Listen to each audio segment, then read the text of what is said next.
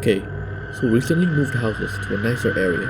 Previous place was an absolute shithole. This is my 4th night at my new place. Parents are asleep and I'm staying up since it's the summer. Playing some indie games and funny shit happens, so I clip it.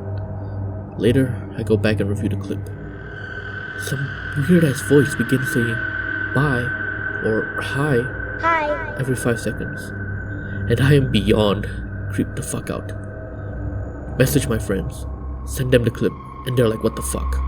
I take 20 different clips, none of them have it. No activity for the next 2 nights. One night, it happened again, and the night after that, my PS4, which I had plugged in, starts going fucking mental. Sensors start producing the most insane scream I've ever heard, and I ran out the room. Next night, I could barely sleep. Wooden panel, which I had propped up against my wall, falls down and scares the shit out of me. Decide I've had enough, and I kid you not, I stood in the middle of the room, and I said, I'll delete the fucking clip. Please just leave me alone. Go into Shadowplay folder and delete the whole thing. Try to go to sleep, but I fail. Nothing ever happened after that. I'm still shook to this day.